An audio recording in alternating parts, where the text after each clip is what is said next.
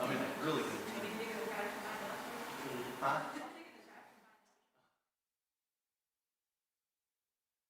I can't remember, honestly. That's the raspberry. I like that.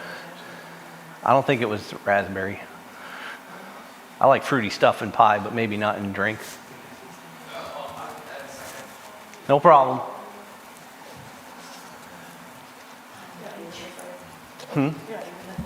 No, ma'am. Oh, awesome. Well, thank you for some of the kind words you all said. It's my honor to be here, and my wife and family, we enjoy getting out and talking about the camp, talking about God. So it's my honor. I know this is typically like your Sunday school time, but Zach said I could talk about the camp during this time, so that's what we're going to do. We're going to share a little bit about Cedar Creek Christian Camp, how myself and Lisa and our kids got plugged into it. And that's how we got to meet Zach and Angela. Also, actually, my wife, one of her really good friends growing up, Christopher Minton, is one of Zach's really good friends that he went to college with. And so after we started going to camp and met Zach and started talking, we made that connection. So that was really neat. I guess I'll do just a little bit more of an introduction of our family. And how we got involved with Cedar Creek Christian Camp. And then we'll just start talking about the camp and how some of the positive impacts that are coming out of it, that it's really encouraging. And it's fun to be a part of. As I mentioned, my name's Corey Gummiani. We're from Broadway, Virginia. So if you get on Interstate 81, set your cruise control about 75. In about an hour, make a right, and you'll get to our house. So we're close to Harrisonburg, Virginia. As I mentioned, I was prior military. I was in the Air Force, aircraft mechanic.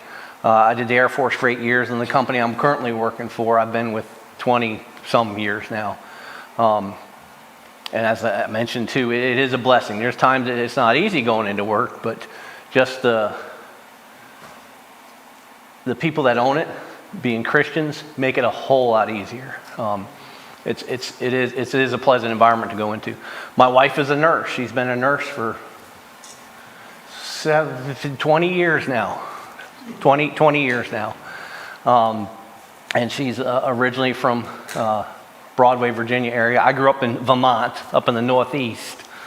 But after I went in the Air Force for a while, I got stationed in the South. My parents moved to the South, so I moved to the South after I got out of the military. I've kind of lost my Northern accent, so you won't get that Northeast accent unless I think about it. We got 3 kids. Our oldest is Chase. He's back at home with the grandparents. He's the one that's driving now. He even bought his own truck. He loves to tinker and work on things and fix things up and build stuff. And he's our little businessman. He does scrap metal. He's owned more cars than I have. He'll buy them and flip them or scrap them out. I'm not kidding. And he's 16. It's incredible. Carter, your birthday's next week, isn't it? You're going to be 30? No, 13, 14. How old are you going to be? 13. 13. He does great with art. He loves to fly drones, like little helicopters or those little drone things. He's also in our remote control airplane flying club down at our area with his granddad. And they've been doing that for a couple years now. And he just got his wings last week where he can go out and doesn't have to have somebody in a buddy box with a second remote. He can go fly his own, but his granddad hasn't gotten to that point. Yeah, Papa Tom has crashed 2 or 3 airplanes, and one, it just flew off the other weekend. He was just flying, and then the connection got lost, and the plane just kept going, and they're just... He's going to wait for the leaves to fall off the trees and go see if he can find it in a hedgerow someplace. Caitlin, you just had a birthday a few weeks ago. I know you just turned 30, right? You act like it. You're 11-teen. Is that right? She's 11-teen. And she's very intelligent. She's sassy. When I ask her to tell me that she loves me, she says no, but I know she does. She expresses her love to me in other ways. So we got a cool family. way we got involved with Cedar Creek Christian Camp is Lisa went there several times when she was a youngster. Probably 30 none of your business years ago about that.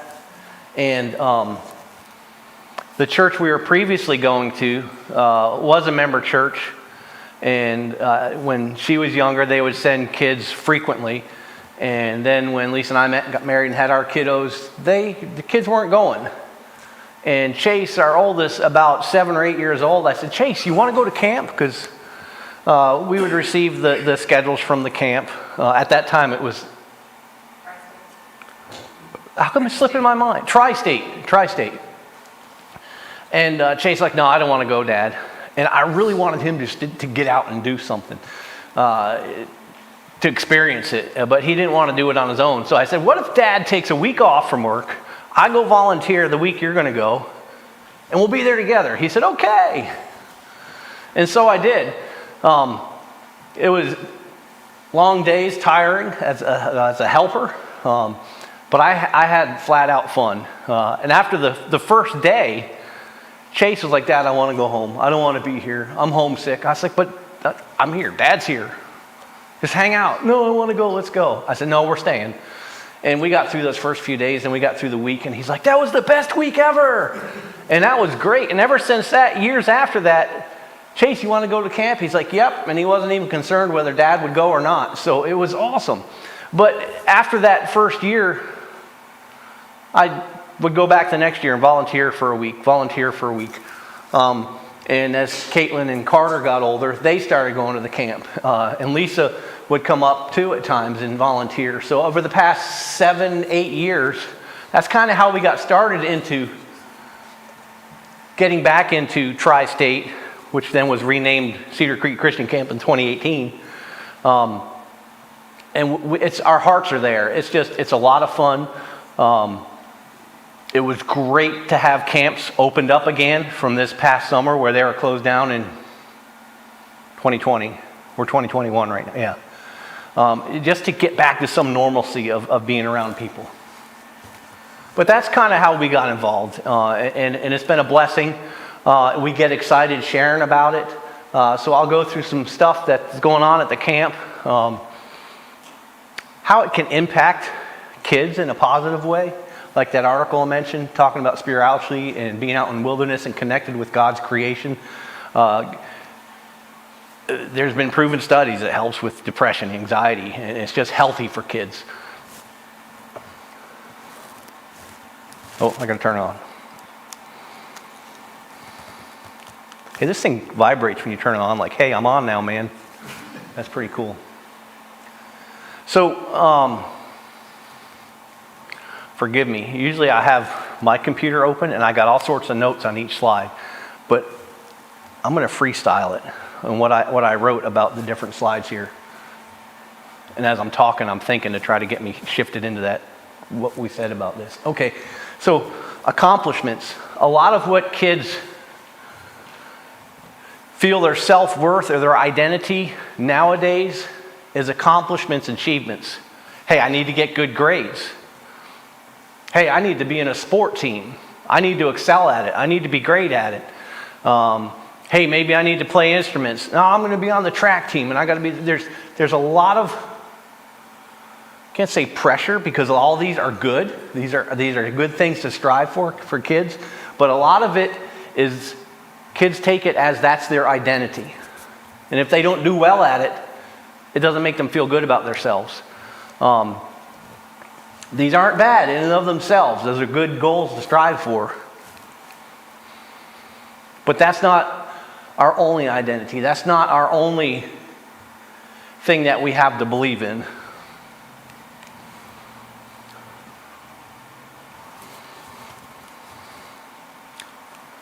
Hitting the wrong button.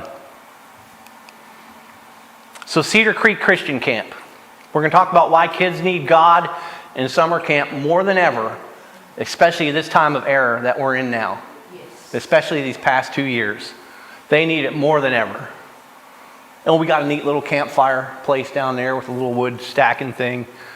It's a great place to get together and share with kids and have fun and roast marshmallows. So that article I mentioned, Time Magazine wrote it several years ago, and I was reading an article of a youth pastor that was talking about this Time Magazine article, and this is like, Time national publication, and it was kind of surprising to see that they mentioned something about, hey, kids are really suffering nowadays with always needing to achieve something, or that's their expectations, that's their identity. But when kids got out in nature, they felt a better spiritual connectedness with God, just being out in His creation. And as those kids had a relationship with God in Christ and plugged into churches or went to summer camps, church summer camps, that better connectedness and spirituality that they experienced as they went through life, they were more successful. And it wasn't just, somebody's biased opinion saying it. It was studies done that you had just that little bit much more edge. You had that little bit much more success that you would have. So getting out in God's creation, and especially in a summer camp setting, kids are experiencing that sense of connectedness to God. They're out in His creation. And it's teaching and learning and growing too. As we go through each day at camp, it's a fun day, but incorporated in that day is lessons, teaching, experiences, developing friendships. And it's almost as you go through the day, it's just like a fun day, but you've learned and grown throughout the day.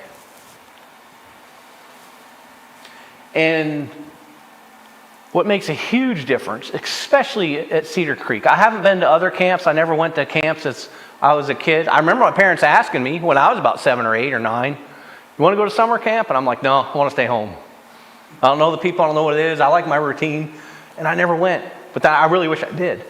So that's when my son asked me and said no. I asked him and he said no. I said, what if I went?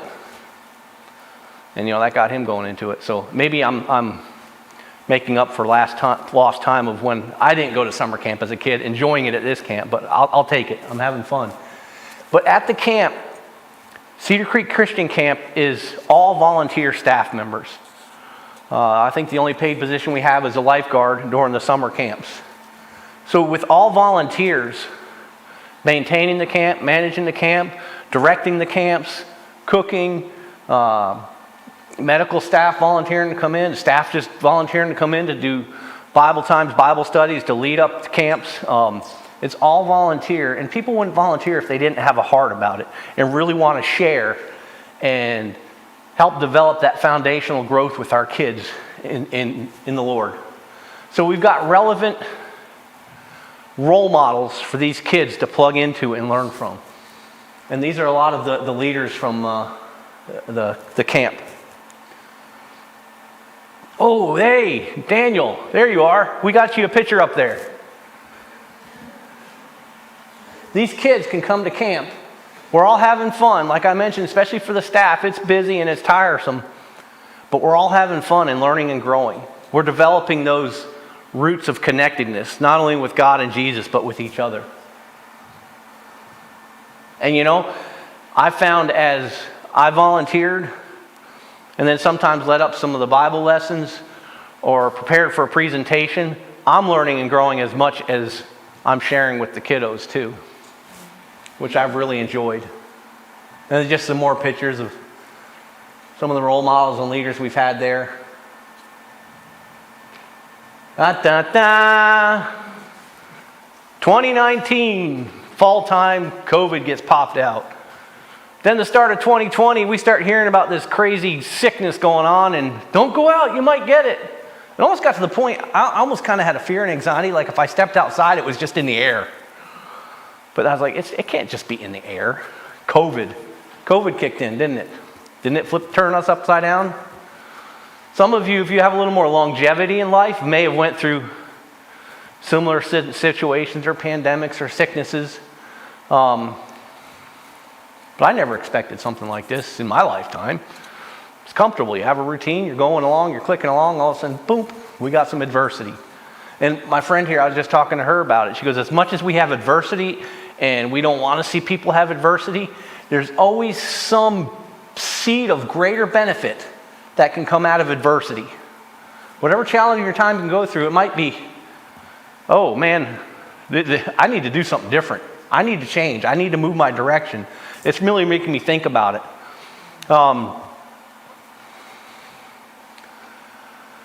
And there's many ways COVID has affected us. But as far as the kiddos, the initial thing was, schools are shut down. Keep them at home. And then you had to adjust. And the kids were at home. And they get cooped up. And I remember after a few weeks of everybody being at home, Lisa and I would be back and forth from work, so we got out. But after a few weeks, they're like, can we just go on a car ride? We don't have to go someplace and see anybody. Let's just go on a car ride. So we would. Hey, we got out. Woo! It was affecting the kiddos. They couldn't see their friends. Well, you could still FaceTime or call them or whatever, but there was a huge effect on it. And there's classrooms. Did any of you have kiddos that were doing the Zoom classes? Did you ever just sit there and kind of watch it happen? Is that effective? My unbiased opinion, no. But it was at least something they were doing to try to keep things moving along. Carter, was it you that was saying one of your teachers was asking the students what for her to buy, like a dress? She was flipping online and something and saying, hey, what do you think about this? Maybe it was somebody at work that told me that. He walked in and was watching his daughter doing a class, and the teacher was online at some clothing store asking the kids, what do you think of this? I want to buy this. What do you think of this? I want to buy this. And how is that relevant to the lesson and teaching the kids? But the teachers had to adapt too. It was like we were all going through this and kind of we had to figure it out as we went. But it was affecting the kiddos. It wasn't the normal that they knew. We needed to get them back to some sense of normalcy, getting out there, playing with other kids, just being physical, engaging their minds. So we went through 2020, lockdown, some restrictions. You could start getting out, but you had to wear a mask. Couldn't be within 6 feet. You had to separate. Washing your hands, all that's good stuff to do anyways to keep you from being sick. But boy, was it a focus. It was intense. 2020, we didn't have any camps open at Cedar Creek Christian Camp.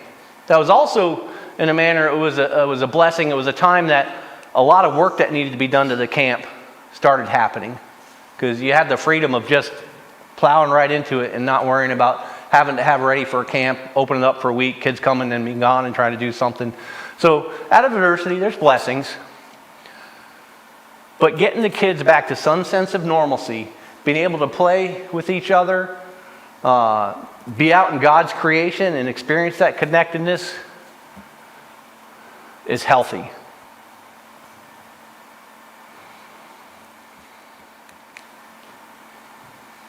Just kids doing more kid stuff. Dab, footballs, eating.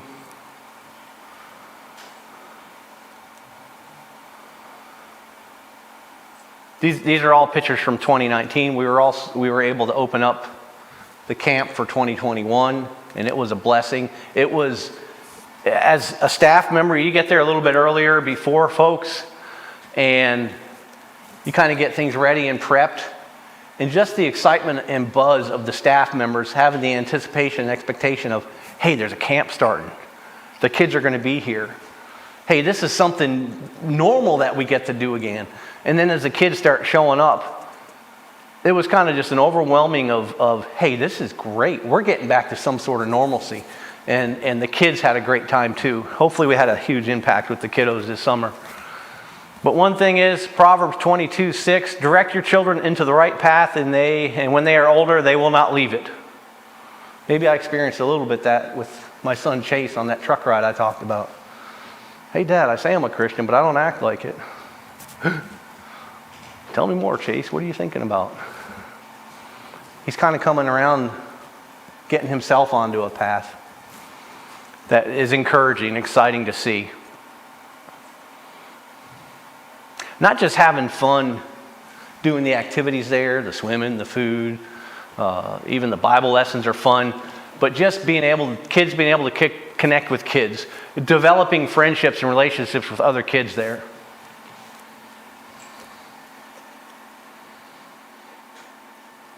So summer camp.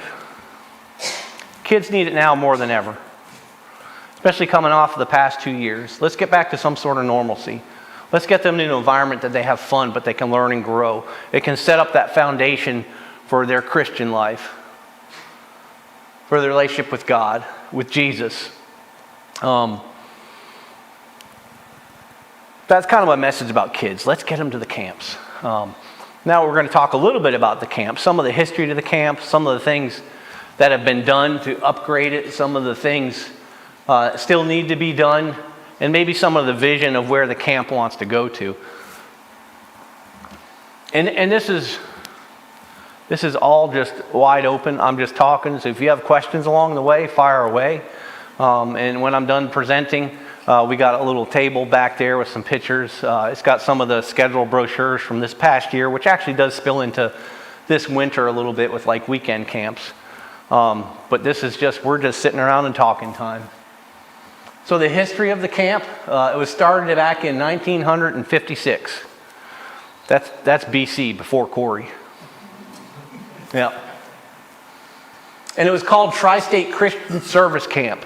Because it was like Virginia, West Virginia, I think Maryland. It was kind of, they had churches within a tri-state area that were coming together. And actually it was at a different location, if I remember right, than where it is now. And then some land was donated to Tri-State for the current location.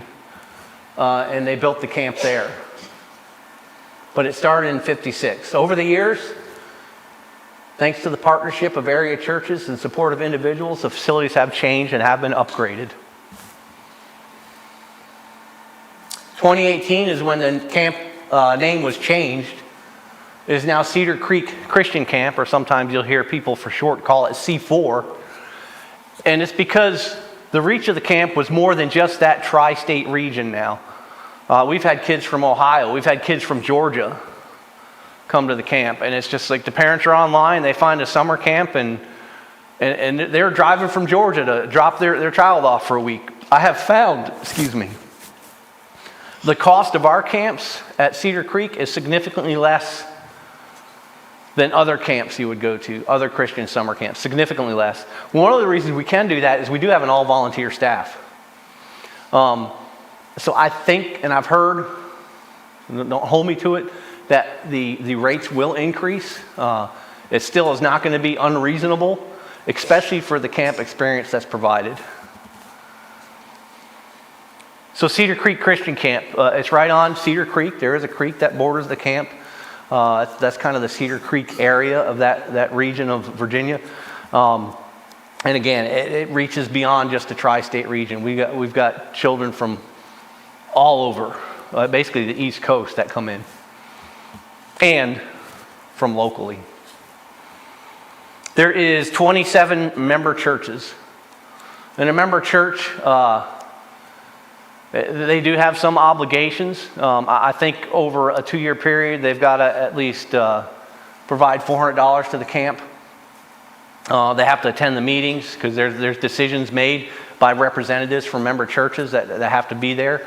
And a lot of the member churches, that's the staff. That's the volunteers that come in and lead up a week of camp. That are the staff members, that are the cooks, that are the nurse, that are the group leaders, or that teach the Bible times. But 27 member churches. And there's many generations. As I mentioned, this camp started back in 1956. I can make that sound like that it's really long, but it's not. I'm a 60s child, so I'm not too far off from there. But there has been kids, and my wife and our family the children that went there now have families that are sending their children. And there's grandparents that have gone there as they were kids who have had their kids go there, and now their grandkids are going there. So it's multi-generational also. It's a long-standing camp, very successful. Some of the recent upgrades that happened, I would say in the past year to a year and a half, 2 years, because some of it is when you have an idea, you got to start with the talk, and then you got to talk about the funding, and then you got to have the plans, and then you got to set the plans in place and who can do stuff. So just physically going out in there and doing some of the upgrades is not when the work started. And as I mentioned, last year, 2020, was kind of an opportune time to really get in there and have a lot of upgrades start. A new pool was put in. It's, I think, like 40 feet wide and 80 feet long. It's amazing. It's a real nice pool. A new pool was put in. Of course, we had to have a new pump house and new pump equipment for the pool. They also built a foundation for, I guess I'll call it the pool house, but the bottom level, which is around the foundation, is going to have a boys and girls bathroom, shower room, changing room. There's going to be an equipment room, and then there's also going to be the lifeguards' quarters are going to be there. So the foundation is in, right adjacent to the pool. And due to funding, the building of the building on it and finishing off the rooms and the bathrooms and stuff is on hold right now, just due to funding. And I'm not sure when that's expected to get kicked back up and actually have buildings start. But the building on top is going to house what we call, I guess, cabins. It's going to be rooms where families can come. There might be a staff member that has some younger kiddos, but they also have an older one. And some of those families need a place to stay with their younger kiddos, because we can't separate them out into the boys and girls dorm, because you might have a mom in the girls dorm, but they have a 6-year-old boy. We just don't throw them in with the boy teenagers in the boy dorm and a dorm dad. So we're going to have more facilities for, depending on the situation, a family unit can stay there. And I'm thinking it's probably 2 to 3, maybe 4 rooms on the upper level will be like that. And then it's also intended on the upper level to have like a meeting room, a conference type room, or like a classroom where you can get together. That's going to be a great addition once it gets added to it. It's going to expand things more to have more scope of people that can come and utilize the facility also. Electrical power upgrade, due to the new pool and the pump house, there were some power requirements that just the existing power system didn't have, so a new power line was run in. There were some new electrical upgrades to the existing panel box and a new panel box that's going in for the pool house. The canteen roof, the canteen is where the kids kind of have a break in snack time. They can play games, they can eat some food. Is also part of it is the equipment shed and work shed area. That roof got hit by a tree and part of it was demolished and crushed. That roof, the structure got fixed and new roof got put on. Toilets all around through the whole facility are being replaced. Some of them were really old, some of them weren't working, and yeah. So I think there was 20 some toilets purchased and upwards to 12 or 14 have been replaced. A few more to do. The activity field, there's been kind of yard lights put up near the parking area and also the activity field. There was 2 flag poles put in, one with the Christian flag, one with the American flag. And there's also a cross that was standing up next to those put in. There's been some landscaping done around the facility. The front of the chapel has had it's been re-landscaped. That was mulched, that mulched area initially that was really neglected. But it's kind of, well, you'll see it. I got a picture of it coming up. Kind of stone landscaping now. And then some of the landscaping and stuff around the dorms, some of the areas had to be dug out, made more room around the buildings to prevent, trees and other stuff from interfering with air conditioning units and possibly falling on the building, things like that. Another game thing, 9 square in the air, was put up near the playground. The old boys' dorm was tore down. That thing was falling apart anyways. That was tore down and removed. Some supply cabinets were installed in the girls' dorms for, like paper towels, toilet papers, cleaners, things like that. And there was a little supply shelf cabinet installed in the bathroom up in the dining facility too.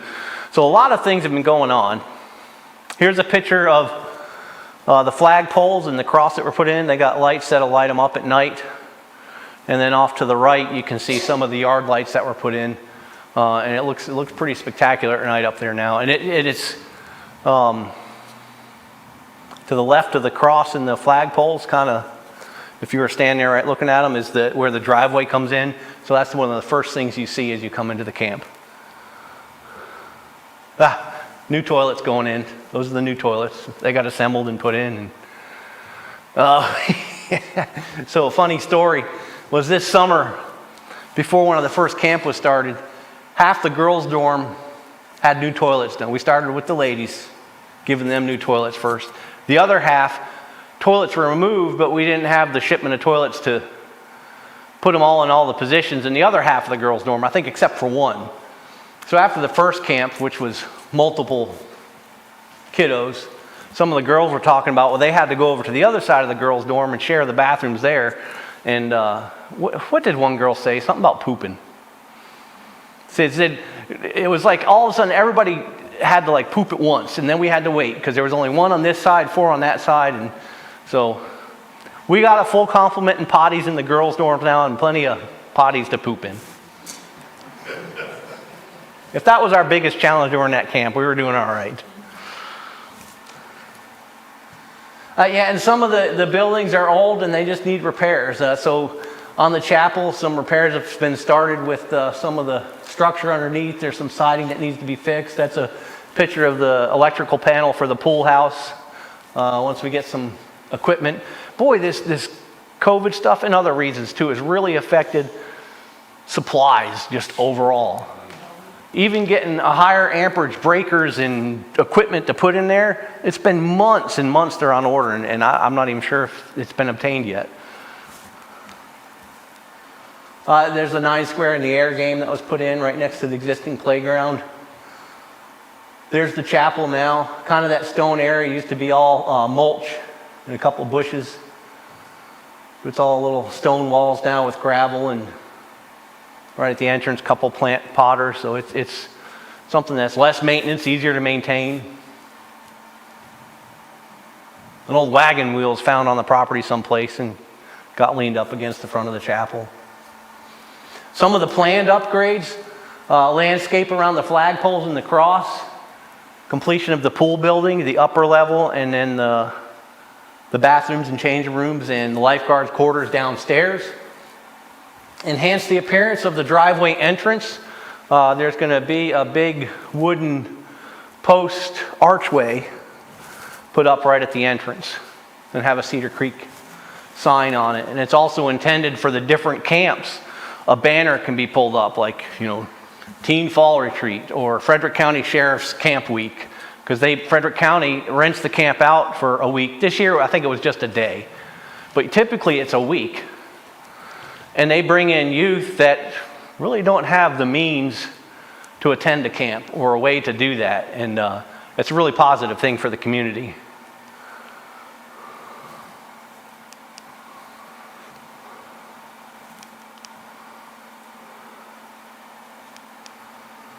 All right. Let's see what else. Nurses' quarters is being built. It's a building, like a storage shed building. There's going to be a room and a bathroom for the nurse to stay in, but on the other side is going to be a room to do nurse stuff. Picks up the boo-boos. The canteen, there's a fridge and freezer that's been down there for a while. Those will be replaced. And then some projects. There's always ongoing projects. Actually, there's probably endless projects that can happen, but these are some of the things in the forefront of the mind to get done. Is building repairs, like some doors need replaced, siding needs replaced. Organize the canteen and work shed area. Everything has its place, everything in its place type thing. That's easy for me to say. I can't say I practice it at home, but at the camp it needs to be done there. Some new games for the canteen. It's had a couple of the same games for a while. And some of them, like our foosball tables, they've showed some wear and tear. They were literally falling apart. So some new games need to be developed and put in there. And there's also talk about putting like outdoor furniture type, lounge, patio type furniture in that area too for kids to sit down, hang out. Finished toilet install, some equipment repairs. We'll get tractors and a few other things, lawn mowers. They're getting some wear and tear and need some attention. There's one of the old girls' dorm It's been used for storage for a lot of games and equipment and supplies that are used for the camps. But it's very haphazard. It needs to be cleaned out and sustained and organized. So that's some of the planned upgrades, some of the projects previously with some of the stuff that has happened over the past year and a half, 2 years. The vision moving forward is having more camps. Family camp is something that had happened years in the past, but that in 2019 or 2018, that started happening again. And we're thinking of just different ways to have more camps. Maybe to even reach out to, because we're typically going like K through 12th grade is our campers. And then sometimes then we have like the family camps where, adults can come. Or we have the teenage fall retreat, which is coming up. But then there's thoughts about, what about the college community? We got young adults out there. Can we provide a camp to service them, to get them involved? And that would be great to have college-age kids coming in and also volunteering and helping out being staff. Talking about year-round camps, that's kind of stretching out there now, because family camp is usually the end of July, beginning of August. And then you have a Fall-a-Palooza, which is for like younger kids, which is a weekend. We got the teen retreat coming up. And then they have, I think, what they're going to call a Cedar Creek chill. Like in January, they're going to have an afternoon where kids can go to one of the member churches and just have an afternoon to see each other throughout the winter and not have to wait till the next summer. Thought of possibly running 2 camps simultaneously. Because right now it's 1 camp a week or 1 camp every long weekend, just 1 set of kids. But thoughts about doing it simultaneously. Renting the facility out to be used, that does happen. Churches, families, and groups can rent it out. Like I said, the Frederick County Sheriff's Department, they use it for a camp. Our previous church we went to, we've used it for a few weekend camps. So there's talk about, I guess, engaging that type of business, if you want to call it more. Talking about installing a confidence or obstacle type course, because there's the land and area to do it, but that's just one of those visions. It's starting to be talked about, and that's how something starts. You speak it. Well, that's how God started the world, didn't he? He spoke it. We can speak things into existence too. Obstacle course. It's not there at the camp, but how does it start? We speak it. And then eventually we're going to get the funding, and somebody's going to have the ideas, and we come up with the plans, and then we get the people that build it, and then we can be using it. And we spoke it into existence. Power of the spoken word.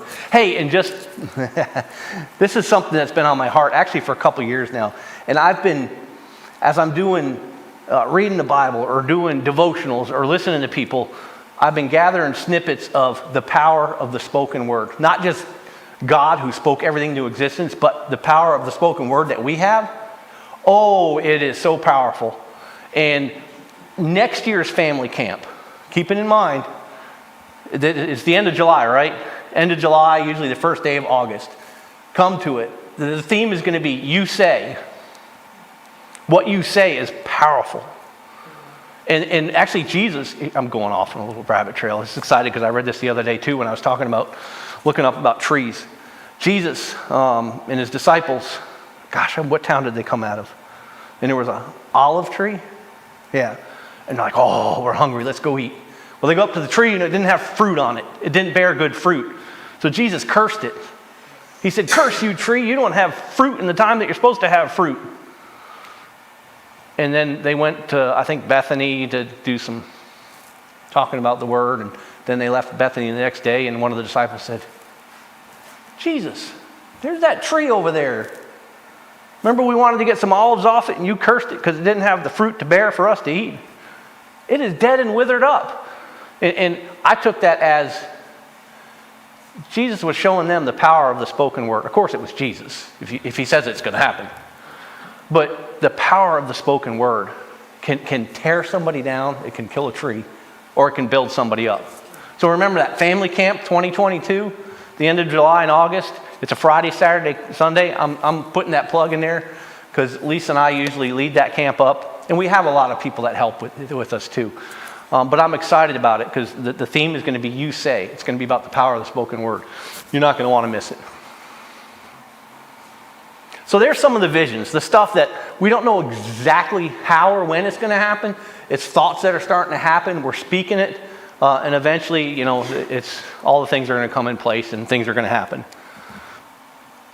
The support. The biggest thing is, how can you support the camp? One is send your kiddos. Oh, it's a great time. It's a lot of fun. The food is awesome. Don't listen to this, Lisa. A lot of the food is better than what my wife cooks. But I have some food that's my favorites that she's cooked that's never going to be better than anybody else's. You haven't had mashed potatoes until you had Lisa Gumieni's mashed potatoes. It's the best. So anyways, it's a great time for the kids. Support the camp. Send your kiddos. And then if you want to get engaged, go volunteer. It doesn't have to be for a whole week. It could be a day or two. It could be just as a helper. And that's kind of how I started. Is where can I help you? And I just kind of did whatever they needed. Then the next day they're like, hey, do you want to teach some of the Bible lessons? I'm like, sure. Then a year or two later, like, hey, do you want to lead up family camp? I got a family, sure. We know how to have fun. Yeah, we'll do that. So get your kids sent. Then you can get involved. And there's many other ways you can get involved too. It could be just donating supplies. Paper towels, toilet papers, even food, cereal. Usually at the beginning of the season, you'll see notices come through. Hey, Cedar Creek Christian Camps are starting to kick in. If you want to donate supplies, there's going to be a box out there, that type of thing. Donate supplies. Donate materials for some of the projects. Maybe donate your time for some of the projects. You can come and just assist. Or if you want to grab a project and lead it up end to end, have at it. Donate money, that's always a welcome thing. And I've heard recently you all had just did a push to raise money for some of your missions that you support. And the camp is one of them. So we're not asking for anything now because I know that was just recently. But that's one way to donate. And it doesn't always have to be just, here's money, here's the camp. You can do that. Just give it to the camp. It can be, hey, you know what? I want to sponsor one child's summer camp this summer. Maybe somebody that the family doesn't have the means, and you donate $160 for a kid to go to camp. There's many different ways you can support it. Yeah, volunteer as a camp, for staff, or just as a helper. Maybe even get to the point you want to lead up a camp. Maybe you have the idea for one. Maybe you're like, hey, I know some college kiddos. I'd love to start a weekend for them to feed and grow them. So there's many different ways to support it, engage in it, get involved, even if it is just sending kiddos. And that's I would say that's probably the number one biggest thing. Get kiddos there. They have fun, but boy, do they learn and grow.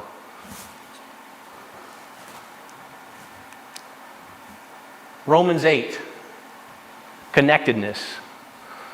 That relationship with God, equate it to the roots of a tree, and those roots intertwined together is strong. And so Romans 8, for I am persuaded that neither death, nor life, nor angels, nor principles, nor powers, nor things present, nor things to come, nor height, nor depth, nor any other created thing shall be able to separate us from the love of God, which is in Christ Jesus. I had that in my other message, and I like that so much to kind of end things. I'll put it here too. That relationship that you start with Jesus, then you can have your relationship with God, and that continuing building upon it as you go throughout your life is so important. But know that there's nothing that'll come between you and the love of God. Nothing. But that's really it about the camp.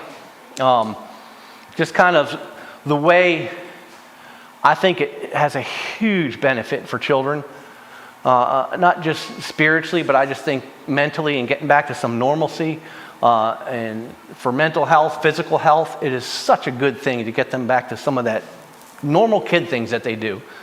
But then also at Cedar Creek Christian Camp, they learn that foundation for their relationship with Jesus and God. Talked about some of the upgrades at the camp, some of the vision and some of the projects to be done, and some ways that you can plug in. And I understand that We all have lives other than the camps. And I've been there before. There's times I couldn't go and make it at a work day, or I couldn't get up there and volunteer my time when I really wanted to. We understand that. So any little bit that you're led to do to help is a big, big benefit. So that's it. Lisa, do you have any other thoughts or comments that I might have missed or hit on? Okay. Well, I appreciate your time. It is an honor being here. Well, let me close out with a word of prayer. Let's pray. Our Heavenly Father, we come to you through Jesus. We just uplift ourselves to you. You know each and every one of us. You know our hearts. You know our needs. We uplift all that to you. And just may you come in and have your hand upon us where we need it in our lives. We uplift those that are sick. Put your hand of healing on them. Being with the medical professionals, that they're precise, decisive, and can do what they need to do to help heal them quickly. Be with the camp, be with each member in church as we continue to move forward in life together. In the name of Jesus, amen. Thank you.